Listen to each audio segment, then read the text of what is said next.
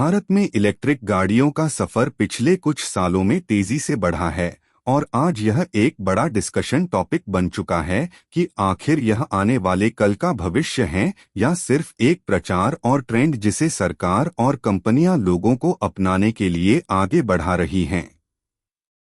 यदि हम फैक्ट्स की बात करें तो भारत दुनिया का तीसरा सबसे बड़ा ऑटोमोबाइल मार्केट है और यहां हर साल लगभग 30 लाख से ज्यादा चार पहिया गाड़ियां बिकती हैं, लेकिन इनमें इलेक्ट्रिक गाड़ियों का हिस्सा अब भी 2% से भी कम है। सरकार ने 2030 तक लक्ष्य रखा है कि कुल गाड़ियों में से कम 30% इलेक्ट्रिक होंगी, लेकिन सवाल यह उठता है कि क्या यह लक्ष्य वास्तव में हासिल किया जा सकेगा। इलेक्ट्रिक गाड़ियों की बढ़ती लोकप्रियता के पीछे कई कारण हैं, जैसे पेट्रोल और डीजल की लगातार बढ़ती कीमतें, प्रदूषण का खतरा और ग्रीन एनर्जी को बढ़ावा। भारत में पेट्रोल की कीमत कई राज्यों में 100 रुपये प्रति लीटर से ऊपर पहुंच चुकी है और डीजल भी करीब करीब इसी स्तर पर है। ऐसे में आम उपभोक्ता यह सोचने लगा है कि क्या ईवी लेना सस्ता और फायदेमंद साबित होगा। लेकिन यहाँ पर असली समस्या चार्जिंग इंफ्रास्ट्रक्चर की है, क्योंकि अभी भी भारत में करीब 25,000 से 30,000 पब्लिक चार्जिंग स्टेशन ही मौजूद हैं, जबकि करोड़ों गाड़ियों के हिसाब से यह संख्या बेहद कम है। इसके अलावा बैटरी की लागत भी बहुत बड़ी चुनौती है, क्योंकि आज भारत में बिकने वाली ईवी गाड़ियों की कीमत उनकी पेट्रोल डीजल गाड़ियों से औसतन 30 से 40% ज्यादा है। उदाहरण के तौर पर टाटा नेक्सन ईवी की कीमत लगभग 15 लाख रुपए से शुरू होती है, जबकि उसकी पेट्रोल मॉडल करीब 9 लाख रुपए में उपलब्ध है। यही वजह है कि आम लोग अब भी सोच में पड़ जाते हैं कि क्या ईवी वाकई उनके बजट और जरूरतों के हिसाब से बेहतर विकल्प है। सरकार ने फेम टू योजना, faster adoption and manufacturing of hybrid and electric vehicles के तहत सब्सिडी दी है, लेकिन रिपोर्ट्स बताती हैं कि अभी भी ईवी की सेल्स मुख्य रूप से महानगरों और कुछ चुनिंदा राज्यों तक ही सीमित हैं, जैसे दिल्ली, महाराष्ट्र, गुजरात और कर्नाटक। इन राज्यों ने अतिरिक्त टैक्स में छूट और रोड टैक्स माफी जैसी सुविधाएं दी हैं, जिससे ईवी की बिक्री थोड़ी बढ़ी है। लेकिन छोटे शहरों और ग्रामीण इलाकों में अब भी लोग इसे अपनाने से हिचकिचा रहे हैं, क्योंकि वहां चार्जिंग स्टेशन न के बराबर हैं और बिजली कटौती की समस्या पहले से ही है। इंटरनेशनल एनर्जी एजेंसी की रिपोर्ट कहती है कि 2025 तक भारत में ईवी मार्केट सालाना 49% की दर से बढ़ सकता है, लेकिन यह तभी संभव होगा जब सरकार और प्राइवेट कंपनियां चार्जिंग इंफ्रास्ट्रक्चर और बैटरी प्रोडक्शन में बड़े पैमाने पर निवेश करें। दिलचस्प बात यह है कि भारत बैटरी प्रोडक्शन के मामले में अभी चीन पर बहुत ज्यादा निर्भर है और करीब 80% लिथियम आयन बैटरी का इंपोर्ट चीन और ताइवान से होता है। इससे लागत बढ़ती है और आत्मनिर्भर भारत का लक्ष्य भी अधूरा रह जाता है। इसलिए असली सवाल यह है कि भारत में इलेक्ट्रिक गाड़ियां क्या वास्तव में भविष्य हैं या फिर सिर्फ एक हाइप जिसे अभी लोगों के सामने प्रचारित किया जा रहा है। भारत का इलेक्ट्रिक वाहन बाजार तेजी से विकसित हो रहा है और इसमें कई बड़ी कंपनियां अपनी हिस्सेदारी बढ़ाने के लिए आक्रामक रणनीतियां अपना रही हैं।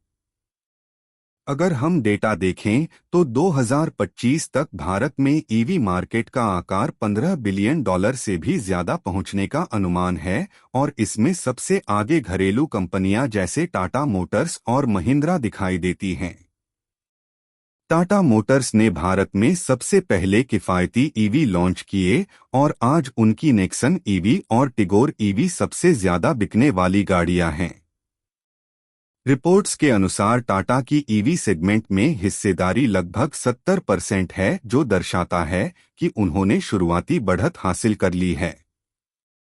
दूसरी तरफ महिंद्रा ने भी XUV 400 ईवी लॉन्च करके अपने पोर्टफोलियो को मजबूत किया है और आने वाले वर्षों में 5 से ज्यादा नए इलेक्ट्रिक मॉडल लाने की घोषणा की है।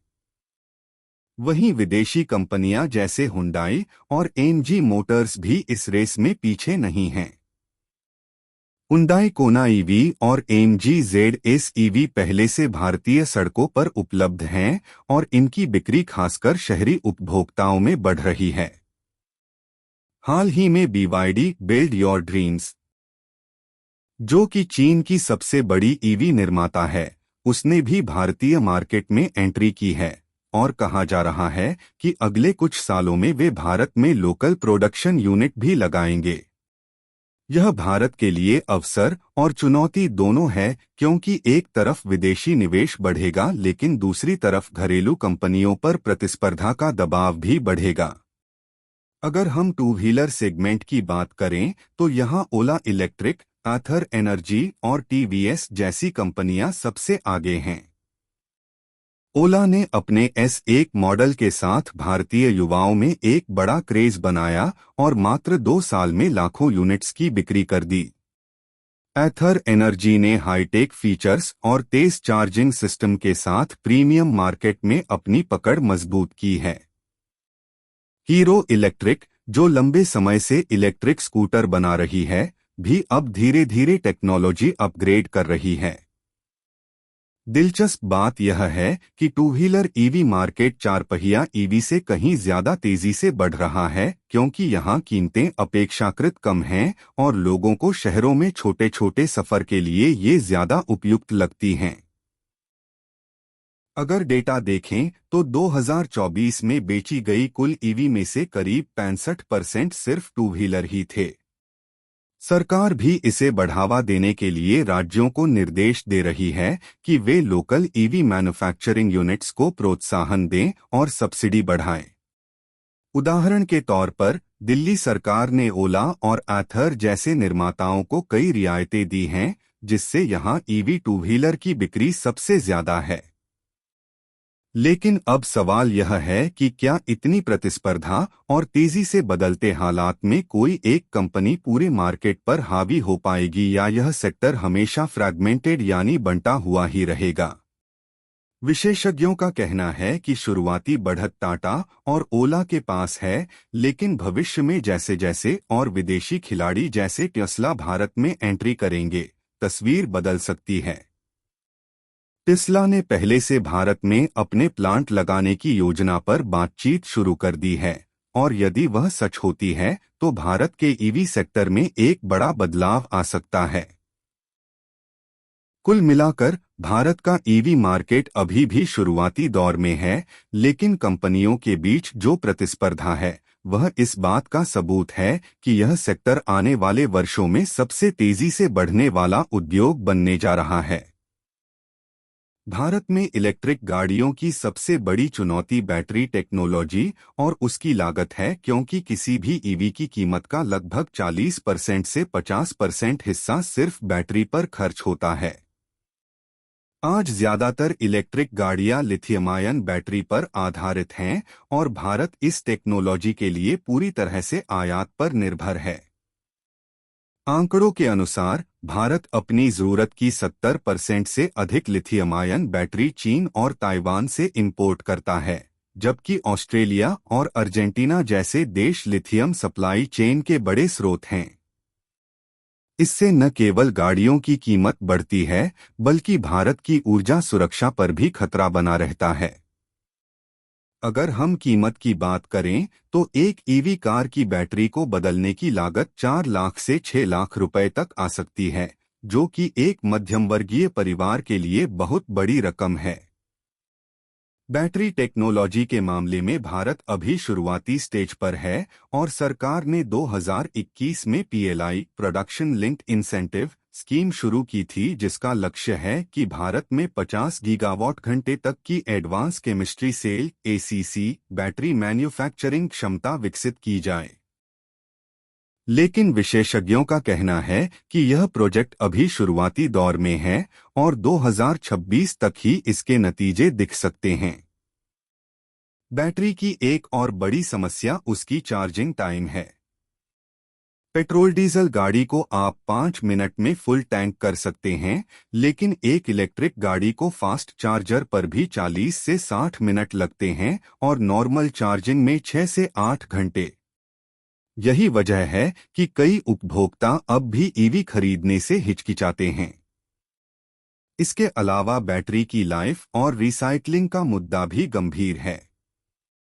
रिसर्च बताती है कि लिथियम आयन बैटरियां 6 से 8 साल के बाद अपनी क्षमता खो देती हैं और उनका निपटारा पर्यावरण के लिए खतरनाक हो सकता है।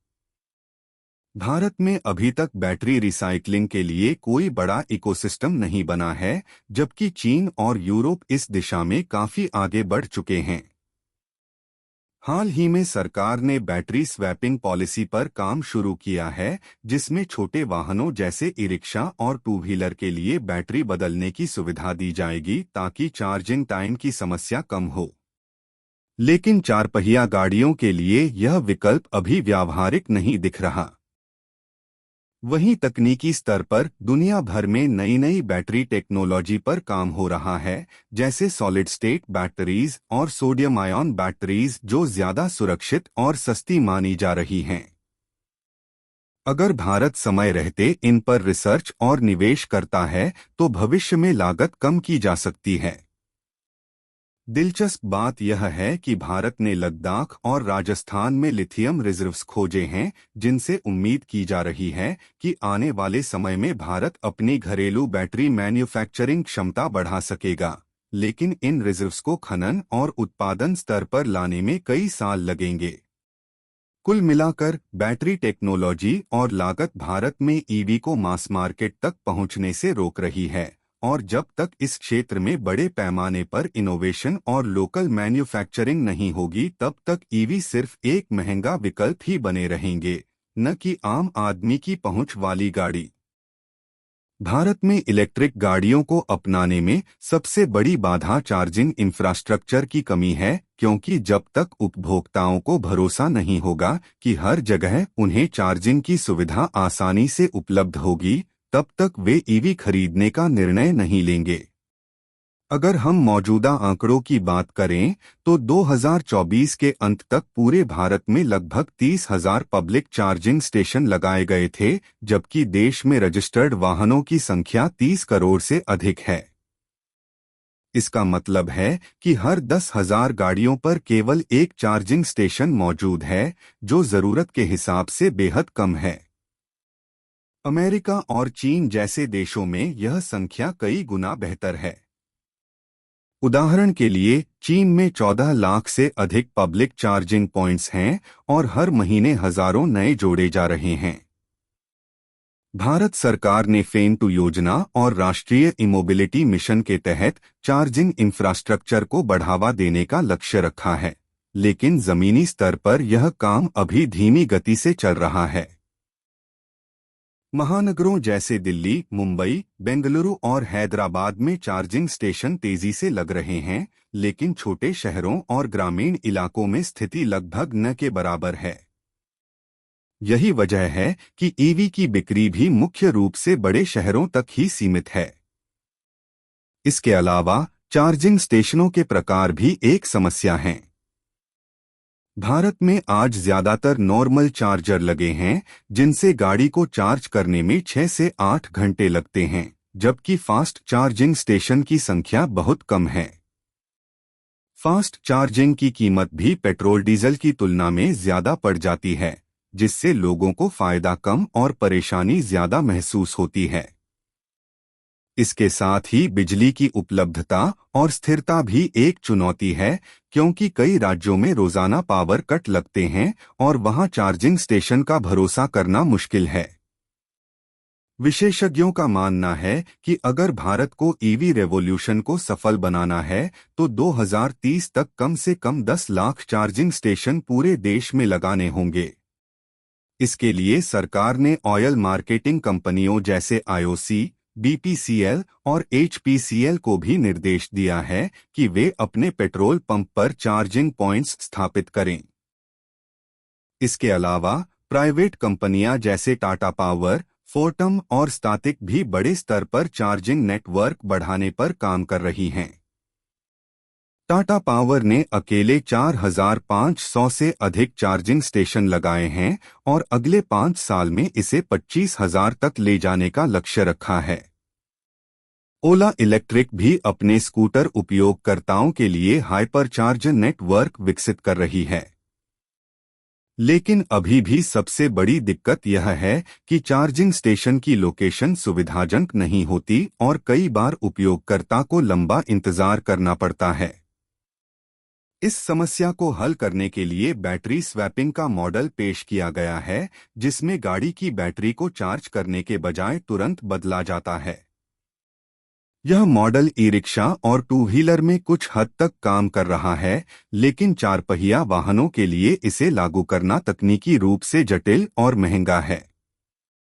कुल मिलाकर भारत में चार्जिंग इंफ्रास्ट्रक्चर अभी भी अपने शुरुआती चरण में है और जब तक इसमें बड़े पैमाने पर निवेश, तेजी और भरोसेमंद बिजली सप्लाई नहीं होगी, तब तक ईवी आम आदमी के लिए एक भरोसेमंद विकल्प नहीं बन पाएंगी।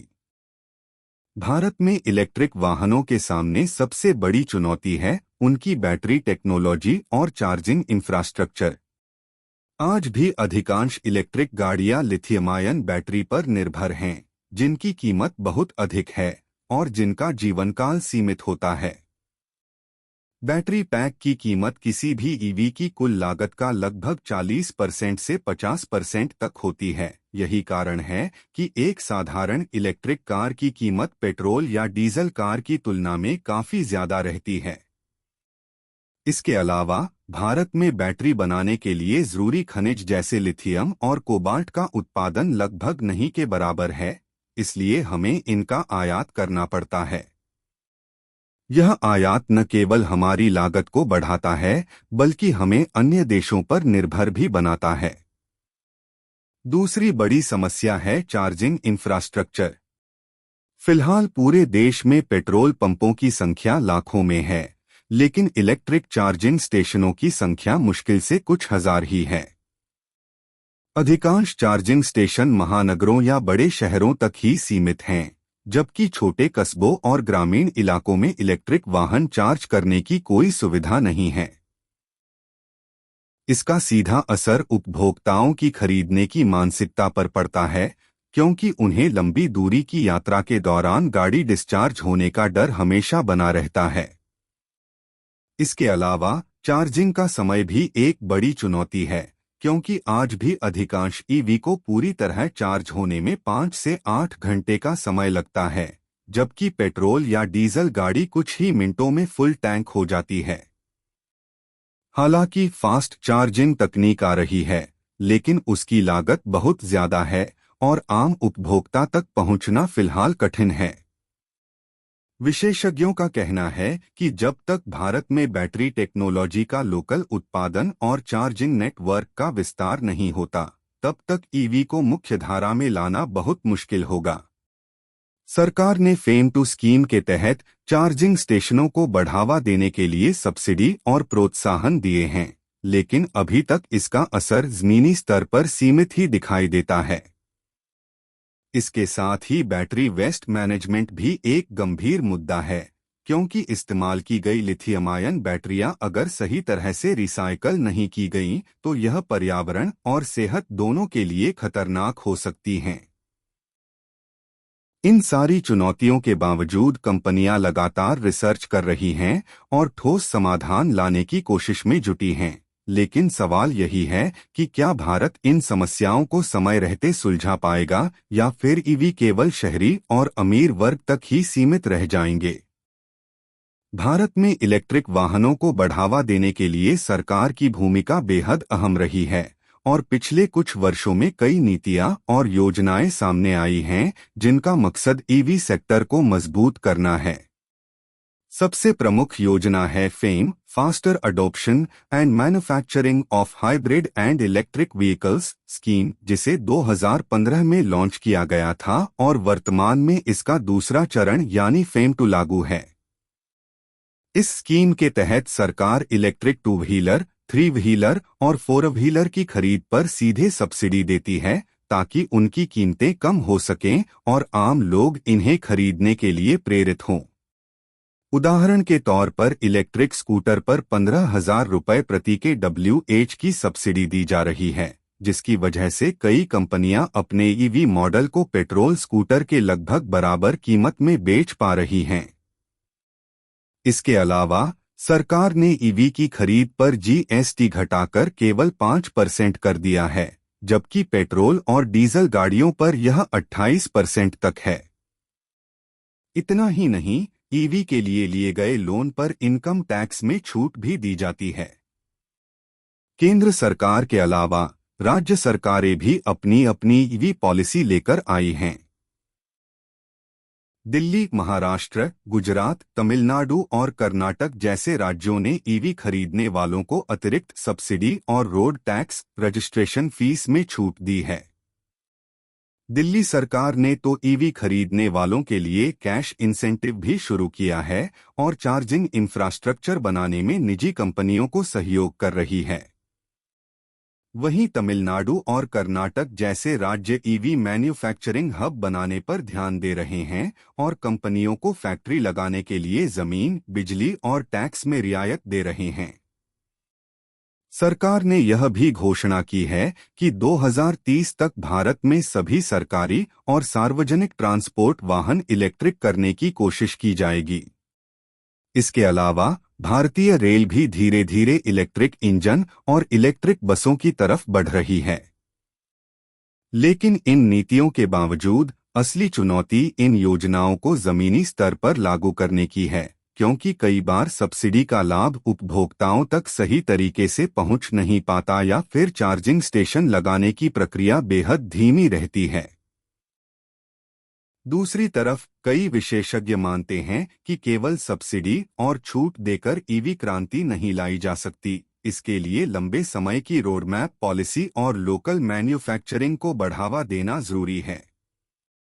भारत को बैटरी सेल, मोटर और सेमीकंडक्टर का घरेलू उत्पादन शुरू करना होगा, नहीं तो हम हमेशा आयात पर निर्भर रहेंगे।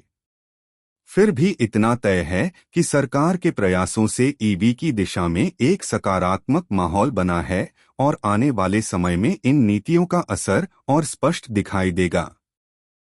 भारत में इलेक्ट्रिक वाहन उद्योग के विकास में कंपनियों और स्टार्टअप्स की भूमिका बेहद महत्वपूर्ण रही है और यही वह क्षेत्र है जहां सबसे ज्यादा प्रतिस्पर्धा और नवाचार देखने को मिलता है।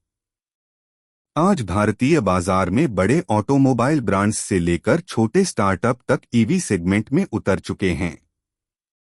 टू व्हीलर सेगमेंट में ओला इलेक्ट्रिक, एथर एनर्जी, हीरो इलेक्ट्रिक, टीवीएस और बजाज जैसे ब्रांड्स तेजी से मार्केट शेयर बना रहे हैं। ओला इलेक्ट्रिक अपने S1 प्रो मॉडल की वजह से सबसे ज्यादा चर्चा में है, वहीं एथर एनर्जी अपनी प्रीमियम क्वालिटी और हाईटेक फीचर्स के कारण युवाओं की पहली पसंद बन रही है। हीरो इलेक्ट्रिक, जो ईवी क्षेत्र की सबसे पुरानी कंपनियों में से एक है, किफायती स्कूटर देने के लिए जानी जाती है। चार पहिया वाहनों की बात करें तो टाटा मोटर्स ने भारतीय ईवी मार्केट में सबसे मजबूत पकड़ बनाई है। टाटा नेक्सन ईवी और टाइगर ईवी की सफलता ने दिखा दिया है कि भारतीय ग्राहक इलेक्ट्रिक कारों को अपनाने के लिए तैयार हैं, बशर्ते उन्हें सही कीमत और चार्जिंग सुविधा मिले। इसके अलावा महिंद्रा भी इलेक्ट्रिक एसयूवी सेगमेंट में अपने मॉडल ला रही है और एमजी मोटर्स की ZS ईवी तथा हुंडई कोना ईवी पहले से ही भारतीय सड़कों पर मौजूद हैं। लेकिन सबसे खास बात यह है कि अब अंतर्राष्ट्रीय कंपनियां भी भारत में ईवी मैन्युफैक्चरिंग यूनिट लगाने में दिलचस्पी दिखा रही हैं। टेस्ला जैसी कंपनी की भारत में एंट्री की चर्चाएं लगातार बनी हुई हैं, जबकि BYD, चीन की कंपनी, पहले से भारतीय बाजार में सक्रिय है। अगर स्टार्टअप्स की बात करें तो ब्लू स्मार्ट जैसी कंपनियां इलेक्ट्रिक कैब सर्विसेज देकर शहरी परिवहन में क्रांति ला रही हैं। वहीं कई छोटे स्टार्टअप ईवी चार्जिंग इंफ्रास्ट्रक्चर और बैटरी स्वैपिंग जैसी तकनीक पर काम कर रहे हैं। निवेश की दृष्टि से देखें तो वेंचर कैपिटल फर्म और प्राइवेट इक्विटी निवेशक ईवी स्टार्टअप्स में बड़ी राशि लगा रहे हैं। सरकार की नीतियां और वैश्विक निवेशकों का विश्वास दोनों मिलकर भारत को ईवी मैन्युफैक्चरिंग और इनोवेशन का केंद्र बनाने में मदद कर रहे हैं। इसके अलावा भारत ईवी बैटरी मैन्युफैक्चरिंग के लिए भी विदेशी निवेश आकर्षित कर रहा है, क्योंकि यह क्षेत्र सबसे महंगा और टेक्नोलॉजी ड्रिवन हिस्सा है। हालांकि प्रतिस्पर्धा बढ़ने से कंपनियों पर लगातार दबाव है कि वे अपनी गाड़ियों की रेंज बढ़ाएं, कीमतें कम करें और चार्जिंग समय को घटाएं। स्टार्टअप्स और बड़ी कंपनियों के बीच यह मुकाबला अंततः ग्राहकों को फायदा पहुंचाएगा, क्योंकि इससे बेहतर क्वालिटी, सस्ती और तकनीकी रूप से उन्नत गाड़ियां उपलब्ध होंगी। कुल मिलाकर कहा जा सकता है कि भारतीय ईवी सेक्टर में कंपनियां और स्टार्टअप्स एक साथ मिलकर ऐसा इकोसिस्टम तैयार कर रहे हैं जो आने वाले समय में इस उद्योग को नई ऊंचाइयों पर ले जाएगा। भारत में इलेक्ट्रिक वाहनों का भविष्य जितना उज्जवल दिखाई देता है, उतनी ही गंभीर चुनौतियां भी इसके रास्ते में खड़ी हैं। सबसे बड़ी चुनौती है चार्जिंग इंफ्रास्ट्रक्चर की कमी। भारत जैसे विशाल देश में लाखों किलोमीटर लंबा सड़क नेटवर्क है, लेकिन आज भी पर्याप्त फास्ट चार्जिंग स्टेशन मौजूद नहीं हैं। खासकर हाईवे और छोटे कस्बों में यह स्थिति और भी खराब है।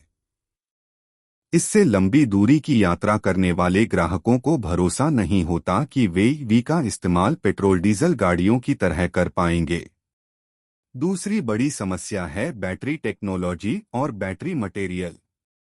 भारत अभी तक बैटरी सेल मैन्युफैक्चरिंग में आत्मनिर्भर नहीं है और ज्यादातर लिथियम, निकेल, कोबाल्ट जैसे मटेरियल आयात करने पड़ते हैं, जो चीन और कुछ अन्य देशों पर निर्भरता बढ़ाते हैं। इसका सीधा असर बैटरी की कीमत और गाड़ियों की लागत पर पड़ता है। तीसरी चुनौती है ईवी की ऊंची शुरुआती कीमत। भले ही सरकार सब्सिडी दे रही हो, लेकिन एक इलेक्ट्रिक कार या हाई एंड स्कूटर अब भी मिडिल क्लास ग्राहक के लिए महंगा सौदा है। इसके अलावा ग्राहकों को ईवी की रेंज यानी एक बार चार्ज करने पर कितने किलोमीटर चलेगी, इसे लेकर भी संदेह रहता है। खासकर गर्मी और ठंड जैसे मौसमों में बैटरी का प्रदर्शन गिर जाता है। एक और बड़ी बाधा है सेकंड हैंड वैल्यू की अनिश्चितता। लोग डरते हैं कि अगर उन्होंने इलेक्ट्रिक वाहन खरीदा तो आने वाले समय में उसे बेचते वक्त उसकी कीमत पेट्रोल डीजल गाड़ियों जितनी नहीं मिलेगी। साथ ही ईवी रिपेयर और सर्विसिंग का भी अभी मजबूत नेटवर्क नहीं है। ज्यादातर मैकेनिक पेट्रोल डीजल गाड़ियों में प्रशिक्षित हैं और ईवी की तकनीक पूरी तरह अलग है। ईवी सेक्टर में सप्लाई चेन चुनौतियां भी लगातार सामने आ रही हैं, जैसे सेमीकंडक्टर की कमी, बैटरी आयात पर ड्यूटी और मैन्युफैक्चरिंग में देरी। पर्यावरण की दृष्टि से भी चिंता है, क्योंकि इस्तेमाल की गई बैटरियों का डिस्पोजल और रिसाइकलिंग भारत में अभी शुरुआती स्तर पर है, और अगर इस पर काम नहीं हुआ तो भविष्य में यह एक बड़ा प्रदूषण संकट बन सकता है। साथ ही ग्रामीण क्षेत्रों में ईवी अपनाने की दर बेहद धीमी है, क्योंकि वहां बिजली की उपलब्धता और चार्जिंग सुविधा दोनों ही कमजोर हैं। इन सब के अलावा ऑटोमोबाइल इंडस्ट्री में रोजगार को लेकर भी सवाल खड़े हो रहे हैं, क्योंकि ईवी के पुर्जे पारंपरिक इंजनों की तुलना में कम होते हैं, जिससे लाखों लोगों की नौकरियां प्रभावित हो सकती हैं। यानी ईवी अपनाने की राह सिर्फ आसान और चमकदार नहीं है, बल्कि इसमें ढेर सारी चुनौतियां हैं जिनका समाधान सरकार, कंपनियां और ग्राहक मिलकर ही निकाल सकते हैं। भारत में इलेक्ट्रिक वाहनों के सफल भविष्य के लिए सिर्फ सरकार या कंपनियों के प्रयास काफी नहीं हैं, बल्कि इसमें समाज की भागीदारी भी बेहद जरूरी है। सबसे पहले बात सरकार की करें तो उसने कई योजनाओं और नीतियों के जरिए ईवी सेक्टर को बढ़ावा देने की कोशिश की है, जैसे फेम टू स्कीम के तहत इलेक्ट्रिक 2 व्हीलर, 3 व्हीलर और बसों पर सब्सिडी, साथ ही बैटरी मैन्युफैक्चरिंग के लिए PLI स्कीम। लेकिन यह पहल तभी असरदार होगी जब राज्य सरकारें भी चार्जिंग स्टेशन बनाने, ईवी खरीद पर रोड टैक्स और रजिस्ट्रेशन फीस में छूट जैसी सुविधाओं को और मजबूती से लागू करें। दूसरी ओर उद्योग जगत की जिम्मेदारी है कि वे ईवी को केवल बड़े शहरों तक सीमित न रखें, बल्कि छोटे कस्बों और ग्रामीण बाजारों तक पहुंचाएं। इसके लिए कंपनियों को सस्ती गाड़ियां लॉन्च करनी होंगी, बैटरी स्वैपिंग और मोबाइल चार्जिंग यूनिट जैसी सेवाएं शुरू करनी होंगी और लोकल मैन्युफैक्चरिंग को बढ़ावा देना होगा ताकि कीमतें नीचे आ सकें। कंपनियों को यह भी सुनिश्चित करना होगा कि ईवी की आफ्टर सेल्स सर्विस और रिपेयर नेटवर्क मजबूत हो, जिससे ग्राहकों को भरोसा मिल सके। अब अगर समाज की भूमिका पर ध्यान दें तो सबसे अहम पहलू है जागरूकता। आज भी बहुत से लोग ईवी को लेकर भ्रम में रहते हैं। कुछ लोग मानते हैं कि ये गाड़ियां लंबी दूरी तय नहीं कर सकती, कुछ को लगता है कि बैटरी जल्दी खराब हो जाएगी, जबकि कुछ लोग मानते हैं कि चार्जिंग का झंझट बहुत ज्यादा है। इन भ्रांतियों को दूर करने के लिए सरकार और उद्योग दोनों को मिलकर जागरूकता अभियान चलाने होंगे, जिसमें यह बताया जाए कि ईवी न केवल पर्यावरण के लिए बेहतर हैं, बल्कि लंबे समय में जेब पर भी हल्के पड़ते हैं। शिक्षा संस्थानों, मीडिया और सामाजिक संगठनों को भी इस दिशा में योगदान देना चाहिए ताकि आने वाली पीढ़ी ग्रीन टेक्नोलॉजी अपनाने के लिए तैयार हो। इसके अलावा ईवी सेक्टर को लेकर ट्रांसपोर्ट यूनियनों, ऑटो ड्राइवर्स और ट्रकिंग कंपनियों को भी शामिल करना होगा, क्योंकि इनका योगदान सबसे बड़ा है। अगर इन समूहों को ईवी के फायदे समझाए जाए और उन्हें विशेष लोन व सब्सिडी दी जाए तो ईवी का प्रसार बहुत तेजी से हो सकता है। कुल मिलाकर यह साफ है कि ईवी क्रांति केवल तब संभव होगी जब सरकार नीति बनाए, उद्योग निवेश और नवाचार करे और समाज उसे खुले दिल से अपनाए। यही त्रिकोण भारत को ईवी हब बनाने की सबसे बड़ी ताकत साबित हो सकता है। भारत में इलेक्ट्रिक वाहनों का भविष्य इस बात पर निर्भर करेगा कि सरकार, उद्योग और समाज मिलकर किस तरह से एक मजबूत और संतुलित इकोसिस्टम तैयार करते हैं। सरकार की ओर से पहले ही कई कदम उठाए जा चुके हैं, जैसे फेम 2 योजना, बैटरी मैन्युफैक्चरिंग के लिए पीएलआई स्कीम, चार्जिंग स्टेशन लगाने की नीतियां और कर छूट, लेकिन इन्हें और मजबूती देने की आवश्यकता है ताकि आम आदमी को वास्तविक लाभ मिल सके। उद्योग की जिम्मेदारी है कि वे न केवल तकनीक को उन्नत बनाएं, बल्कि ग्राहकों के लिए उत्पादों को सस्ता और भरोसेमंद भी बनाएं। कंपनियों को चार्जिंग नेटवर्क में निवेश करना होगा, बैटरी रिसाइकलिंग सिस्टम विकसित करना होगा और ऐसे मॉडल लॉन्च करने होंगे जो शहरी और ग्रामीण दोनों उपभोक्ताओं की जरूरतों को पूरा करें। समाज की ओर से भी जागरूकता जरूरी है, क्योंकि जब तक लोग ईवी को अपनाने के लिए तैयार नहीं होंगे, तब तक बाजार में चाहे जितने अच्छे विकल्प हों, सफलता अधूरी रहेगी। मीडिया और शिक्षा जगत को भी लोगों को यह समझाने की जिम्मेदारी उठानी होगी कि ईवी सिर्फ एक फैशन नहीं बल्कि पर्यावरण और अर्थव्यवस्था दोनों के लिए आवश्यक कदम है। भारत के सामने एक और बड़ा अवसर यह है कि वह खुद को ईवी मैन्युफैक्चरिंग हब के रूप में स्थापित कर सकता है। यदि भारत बैटरी सेल, मोटर और सॉफ्टवेयर में आत्मनिर्भर बन जाए तो न सिर्फ घरेलू जरूरतें पूरी होंगी बल्कि एक्सपोर्ट के जरिए विदेशी मुद्रा भी अर्जित होगी। यह मेक इन इंडिया और आत्मनिर्भर भारत के सपने को मजबूत करेगा।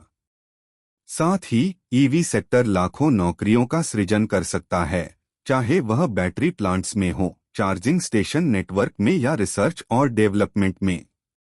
पर्यावरणीय दृष्टि से भी यह परिवर्तन बेहद महत्वपूर्ण है, क्योंकि इससे कार्बन उत्सर्जन घटेगा और भारत अपने जलवायु लक्ष्यों को हासिल करने में आगे बढ़ेगा।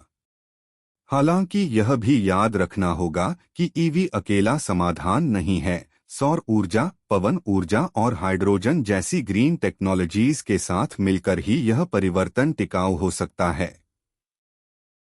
अंततः यह कहना सही होगा कि इलेक्ट्रिक वाहनों का रास्ता चुनौतियों से भरा है, लेकिन अगर सरकार नीतियों को और स्पष्ट करे, उद्योग तकनीक और निवेश को बढ़ाए और समाज ईवी को अपनाने में सक्रिय भूमिका निभाए तो आने वाले समय में भारत दुनिया में ईवी क्रांति का नेतृत्व कर सकता है और यह साबित कर सकता है कि इलेक्ट्रिक गाड़ियां भविष्य भी हैं और एक हकीकत भी।